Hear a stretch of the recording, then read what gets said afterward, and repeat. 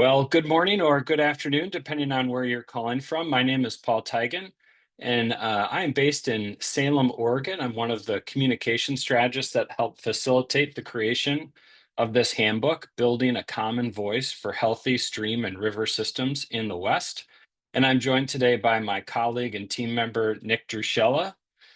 Metropolitan Group is a Portland, Washington, D.C., and Mexico City-based creative and strategic communications firm, and we specialize in crafting and co-creating with collaboratives like this group, broad-based narrative campaigns about critical issues facing our society, be it in public health, social justice, or in this case, environment and sustainability. I'll share a little bit personally. While I've been with Metropolitan Group for just over 3 years, I was really excited to bring to this project over 13 years of experience in federal land management, including 10 years spent as a BLM field manager and assistant field manager in Southern Colorado and here in Western Oregon. During that time, I spent a great deal of my energy working with my fisheries and hydrology teams and really our entire field offices on improving the health of creeks, streams, and rivers in our field office. And so it's been a real joy to work with this collaborative group and with many people on the call. And as you'll hear, it really was a collaborative effort led in part by our colleague, Amy McNamara from the Natural Resources Defense Council, or NRDC. So hi to Amy. And really thanks to everyone. As we get folks rolling into the call today, don't hesitate to drop your name and the organization you're with in the chat. I'd really like to thank everyone who's joining today, including those who worked on the handbook. As you can see, we've chosen to do this in a meeting format instead of watch a television style webinar. Much like this handbook itself aims to achieve, we're hoping to foster a sense of community and togetherness between the many amazing groups and individuals who are working on these shared issues. And so we hope this format will encourage folks to connect with one another. And as a heads up, we are recording this session in order for you to be able to view it later, share it with your networks and organizations. We'll actually turn the recording off after the presentation and shift to an unrecorded question and answer format. So if you have questions, if you've gone through the handbook and you have questions at the outset, you can feel free to drop those into the chat, or as questions come along, you should add them into the chat, and that can jumpstart our conversation when we get to that part of today's presentation.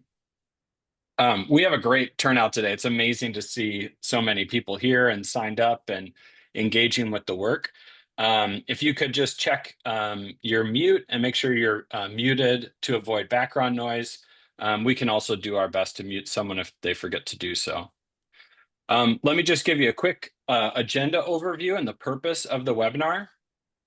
For about the first 35 minutes or so is a presentation that Nick and Amy and myself will give.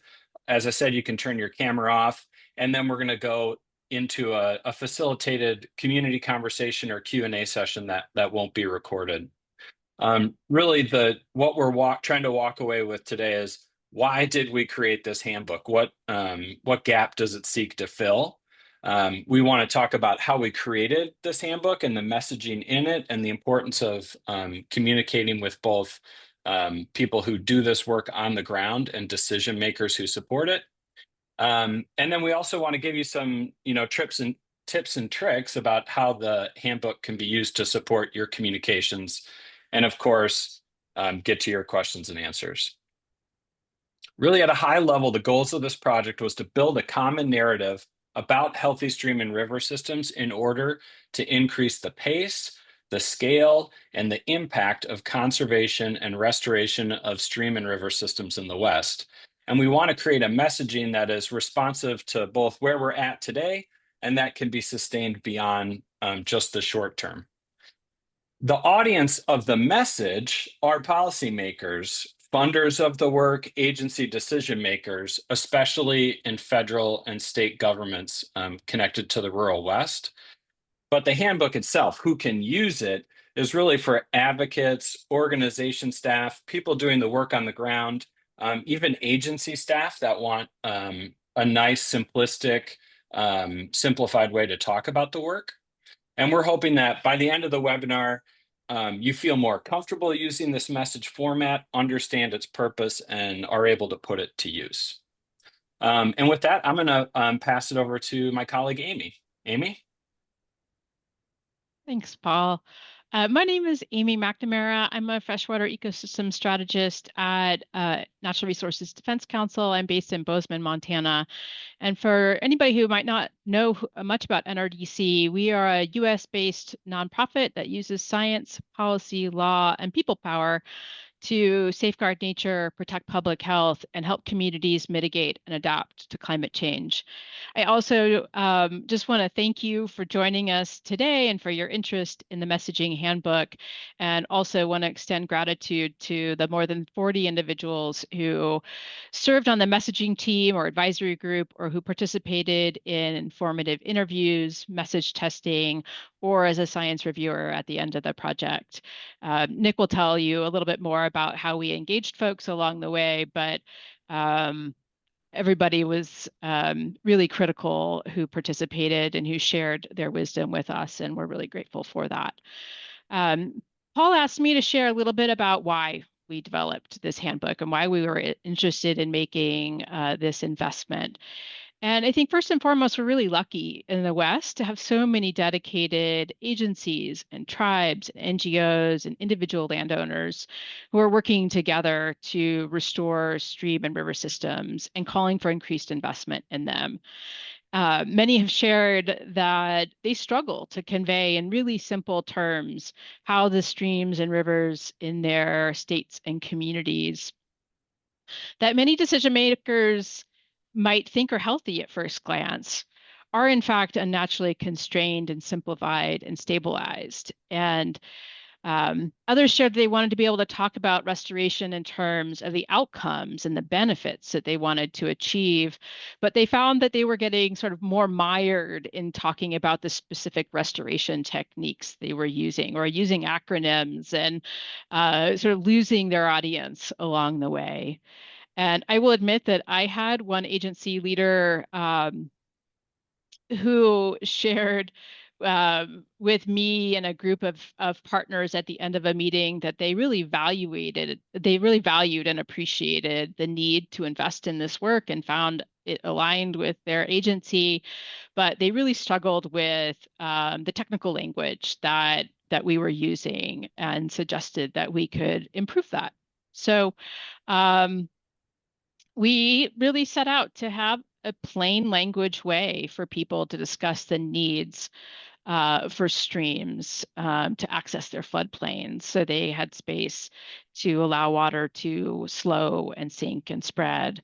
And it was clear that if we were able to convey these things in more simple ways and increase alignment across a variety of partners, that we'd be able to build momentum and understanding of these systems and their needs faster, and also the benefits they can bring when we invest in them. I think we really found a plain, non-technical way of talking about these systems, their benefits, and why many of these systems aren't functioning like we need them to, and what can be done to increase their health. We chose Metropolitan Group, or MG, as a communications partner for a couple of reasons. One, they really shared a commitment to seeking out the wisdom and experience that exists in the field. We didn't set out to create new language. We really wanted to hear from folks who were doing this work in the field, from agencies and others, that like what they found worked for them and what were some of the traps that they found themselves in. And MG also had the right combination of experience building broad-based narrative campaigns and a history of working on water issues in the West. And so we found that they were a great partner and are excited to share the handbook with you today in partnership with them.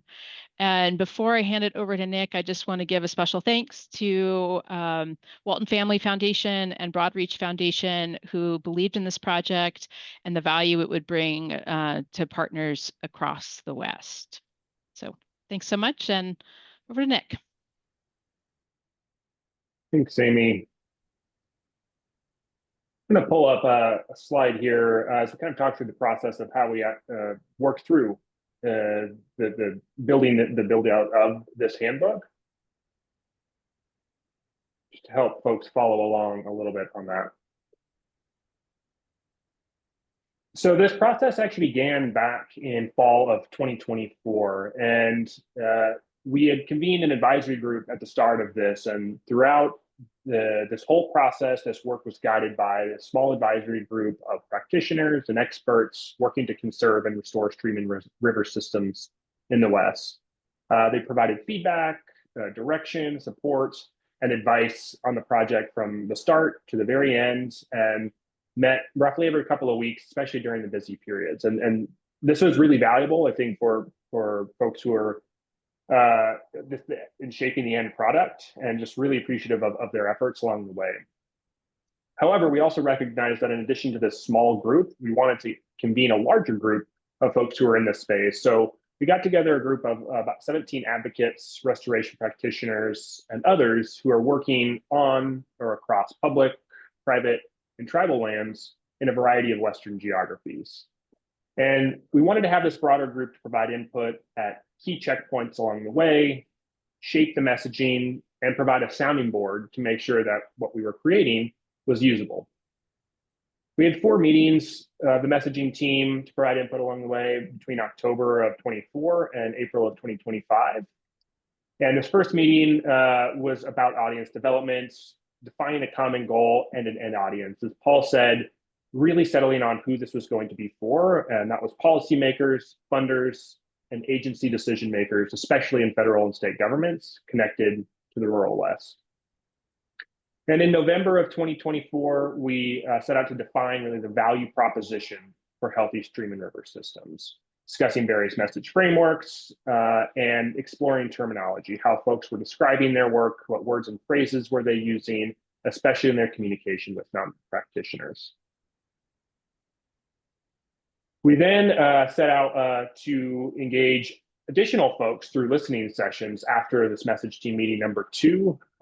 And this involved talking to folks in private land program leads, public land program leads, university professors, science thought leaders, and tribal fish and wildlife staff, and other leaders. And the goal here was really to solicit formative input from voices that really are essential to this work and had unique perspective to contribute. We explored terminology, what were the benefits of these systems, threats to these systems. We asked, when these conversations with non-practitioners, especially, were going well, what did that look like? What were some of those aha moments that folks were encountering in helping to get people on board? And numerous folks mentioned, it was really exciting when they saw it click, that this was really about, there was a width and a depth component here. It was more than just a channel that you could see on the landscape. It was really about this broad system. And you can see this feedback reflected in the handbook, and it's a really important point. After these listening sessions, we reconvened the messaging team in February, and at that third meeting, we introduced some of this preliminary messaging, including the order of that messaging. And we were really seeking to dial in some specific words in the way in which we said them. And finally, at that 4th meeting, we presented the draft messaging handbook in mid-April. And this is an opportunity to reflect back what we had heard from both the folks in the messaging team throughout the whole process, the advisory group, through the listening sessions, and really to get one additional round of input before we took it into testing. And then in late April and early May, we took the message handbook and the messaging messages themselves out for testing.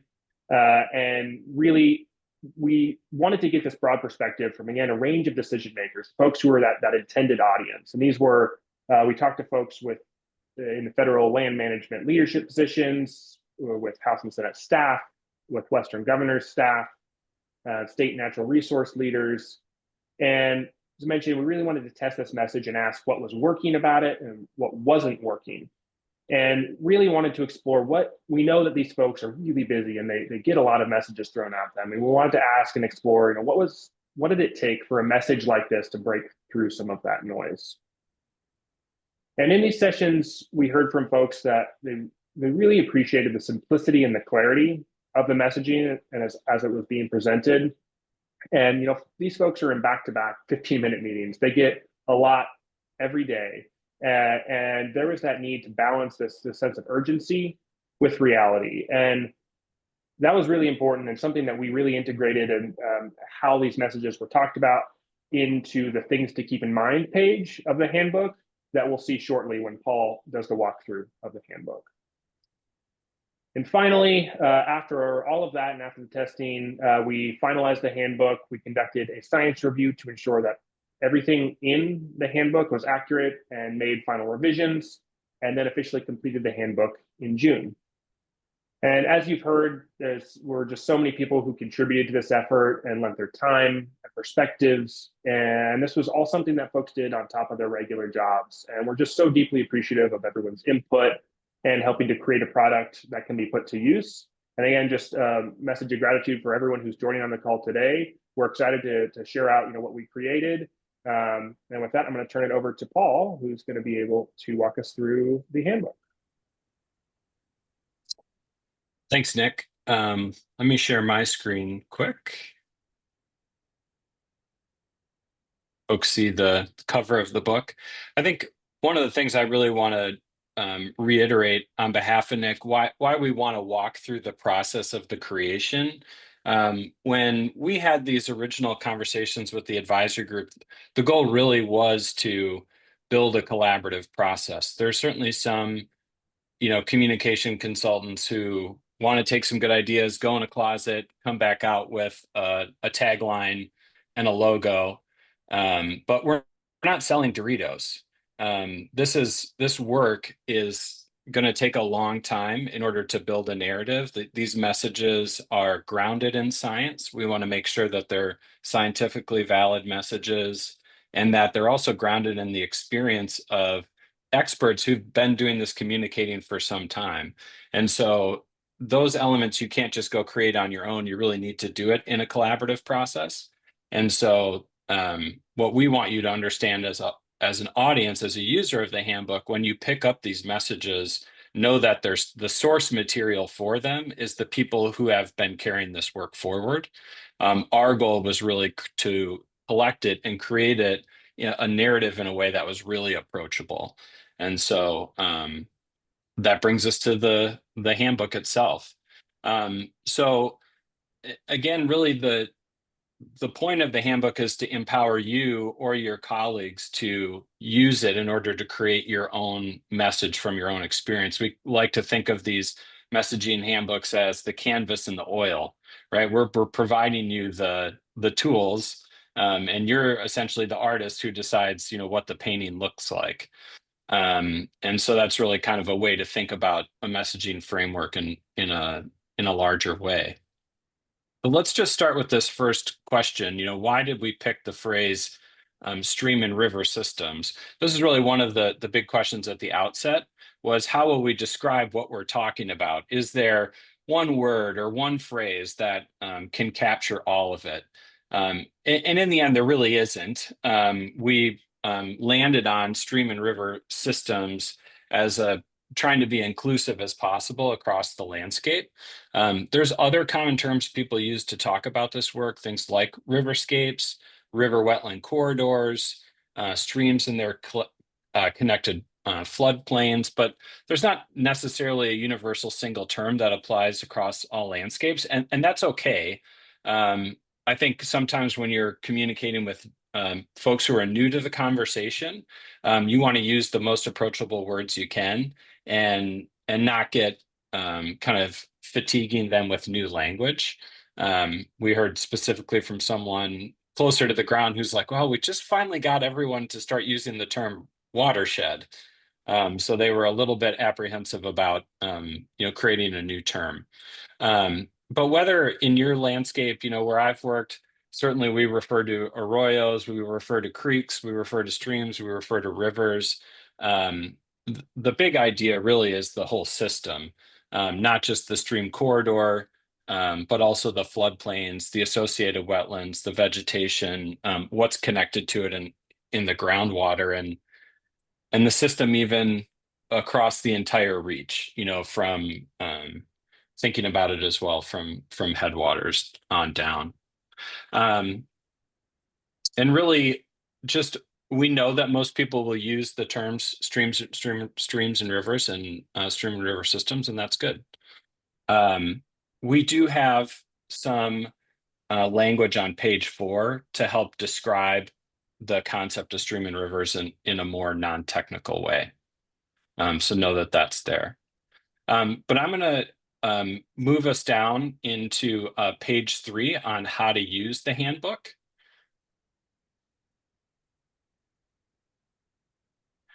And really, at this point, the handbook suggests and recommends that you bring 4 things to a conversation about healthy stream and river systems.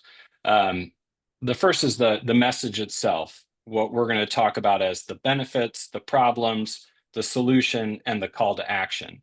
Much of the material in this book shows you how to do that, and we'll walk through some of that over the next few minutes.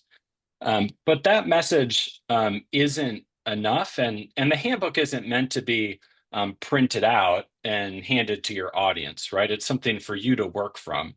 And so the second part is really connecting to the interests of your audience. We suggest researching the person you're talking to or the organization and tailoring how you discuss the benefits, the problems, the solution, and the call to action to their interests. And the third is yourself. You're the best advocate for your interests, for the stretch of stream or river that you're interested in.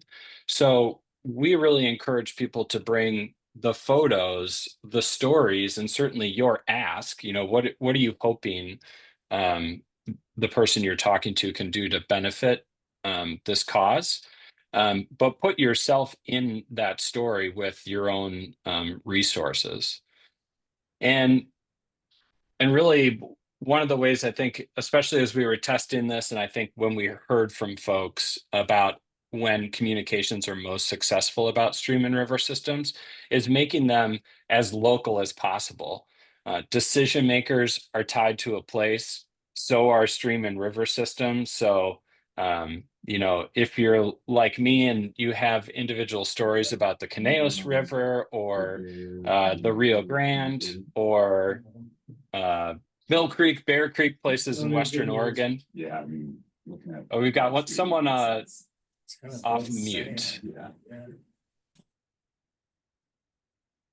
Thanks, Max. So just that last point, don't forget to make it local. Tie what you're talking about to a place.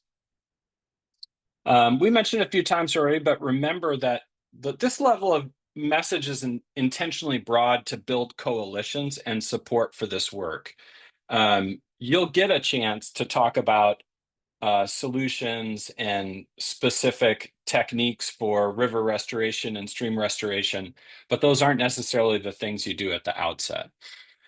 So folks who can use the handbook, advocates, yeah, sure. But it's also for, like I said, towards the top, agency staff, maybe new employees who are coming into the work. And not everything is about a one-on-one interaction. These are also messages that can be integrated into a style for a fact sheet. Maybe you're writing an op-ed for your local newspaper, or maybe you're filling out funding requests or grant applications. This is the handbook is flexible enough that you can use it for those as well. I'll just remind folks as I'm going through the handbook, if you have questions that are coming up, toss them in the chat. Or if I skip past someplace and it's something you want to spend some time on after my walkthrough is over, we can go back and visit it too. Just give us a heads up in the chat. I'm going to go down to the things to keep in mind section. And Nick hinted at this. This is one of the places where you'll see some of the benefit of the message testing that we did. So we had most of this crafted, and we tested it with folks that the message is intended to be used with, and they gave us feedback. And the sorts of things you see in this section reflect that feedback. It gives you a sense of why the language within the handbook avoided technical terms, and we made it as approachable as possible. And like I mentioned earlier, at this initial stage, keeping it as simple as possible. If you use a lot of data points in your initial conversation, it can make it difficult for your audience to follow along or remember. And really, this language is also made to appeal to a broad range of stakeholders and those across the political spectrum.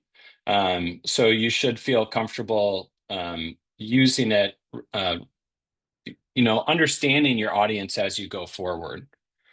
And then it also, leans on this point that there's a lot of people who don't know what a healthy stream or river looks like. And if you think about the collection of state senators or state representatives you might be talking to at a Western House or a Western Senate, not every single one of them is an environmental or natural resources advocate, or that's part of their work, but you still will want to talk to them about the importance of the work. And so you might need to spend some more time making sure that they understand that, even if it looks like it could be on a calendar, doesn't mean a bucolic picture reflects a healthy stream or river system. I'm going to scroll down to the lead messages themselves. And this is really the heart of the message handbook. As it says here, these really are the top level message that you should frame your conversation, and that you should use them in order. And this is also something that we heard consistently from the messaging group, the group of 17 people that we met with a number of times, and then also just talking to agency staff in the field, other folks who do this type of communicating a lot, is that clean water, healthy stream and river systems are really important, and people connect to the benefits of them very quickly. And almost everyone that we talked to told us again and again, really start with those benefits. This is like a great coalition building issue because so many people rally around what it takes to have clean water and the healthy stream and river systems that provide it. And so we really lean into that in this messaging handbook and suggest that you should always begin your conversations about this issue with the benefits fully functional healthy stream and river systems present. We do suggest that after you're done talking about the benefits, you transition to talking about the problems on the landscape or the threats. I think people, especially in an advocacy space, are used to kind of telling people what's wrong in order to get them concerned and invested in a future. And there is a space for that as well, because people need to know that many of the stream and river systems are not functioning like we need them to. And that when they're not functioning, they threaten the benefits that they can provide, whether it's economic, safety, natural resources benefits, and increasing those increasing risks from wildfires, droughts, and floods. Then you move into a solution space. The good news is that there's cost-effective and proven ways to steward our stream and river systems to addressing these problems. And when we do that, we build stronger economies, increase resilience to disasters, and support fish and wildlife. And the call to action, we heard from folks not to skip the urgency part, right? We can't wait. The time is right to be investing to increase the pace and the scale and the impact of conservation and restoration. So those are really the highlighted top level messages. that we end up working through the rest of the handbook. And what I'm going to do is go down to starting with the benefits, just to walk through what each one of the sections looks like, because the 4 steps mirror one another. They begin with that lead message that healthy stream and river systems provide essential benefits to people and nature in the West. These are broad statements that support that concept, and they're tied to things like economic and community benefits, health, wellness, and cultural benefits. We put them in groups. So you can, you see it kind of, has a checklist feel to it. Not every audience that you meet, you might not have time to describe each one of these benefits, but you also might want to consider, okay, what is this individual most passionate about? And we give you that prompt as you walk through the handbook for each one of these sections. What are the most impactful benefits of streams and rivers in your community? So as a communicator, you can talk about that. And then also spend some time thinking, what are the benefits your audience will find most compelling? So that person you're talking to, is that person motivated by safety benefits that come from resilience? Are they more interested in the economic development of their communities? As you know that sort of thing, you're able to tailor your argument. And then the second half of the each one of the steps is about going deeper and providing more well-researched support for each one of those points, or for a selection of them. And just to give you a sense of, if you were going to go and provide information to support your arguments, you're welcome to use these, of course, and then you might also have more specific data. We also demonstrate how a picture is worth 1,000 words. And if you have photographs that indicate the kinds of things that you're trying to communicate, that you should use those. As you see in these, these show what a healthy stream and river system look like on the landscape first. And then like the one on the right-hand side, you can see that the fire intensity that's, shown sort of in the history of this photograph, so that the fire intensity from the left-hand side to the right-hand side was diminished through these very active beaver ponds on the landscape in Wyoming. And as you go through the book, for each one of these steps, you'll see step 2 will have the same construction of the lead message, the supporting message, and going deeper. Before we kind of close this part of the webinar, I do want to go back up quick to some precursory material that we put in here. And as you can see, it's really trying to give folks a way to talk about how we got here. To a lot of people, they might not know that a stream and river system isn't necessarily healthy, and they might not have a full grasp of the history that led to the stream and river system being in the condition it's in. Know your audience is sort of piece of advice number 1 that we continue to give. But some of the ways that we offer talking about how we got here are ways we would see as more coalition building and bridge building, talking about things that might have made sense in the late 1900s and in the late 1800s or early 1900s, don't make sense based on the science that we have now and our understanding of stream and river systems. And sort of firmly placing those sort of in a history that allows people to work together towards solution building into the future, without necessarily pointing fingers as to, why we got to this place. And so I would recommend folks take the time to look at this page, stepping back, how did we get here, as part of, understanding your communication strategy moving forward as you talk about this work. I'm going to close our tour of the handbook there, and welcome Nick and Amy back to the floor. And we can see if we've got some questions in the chat or if there's anything that came up in the call. I think we're also going to stop our recording. So safe space here for a good conversation.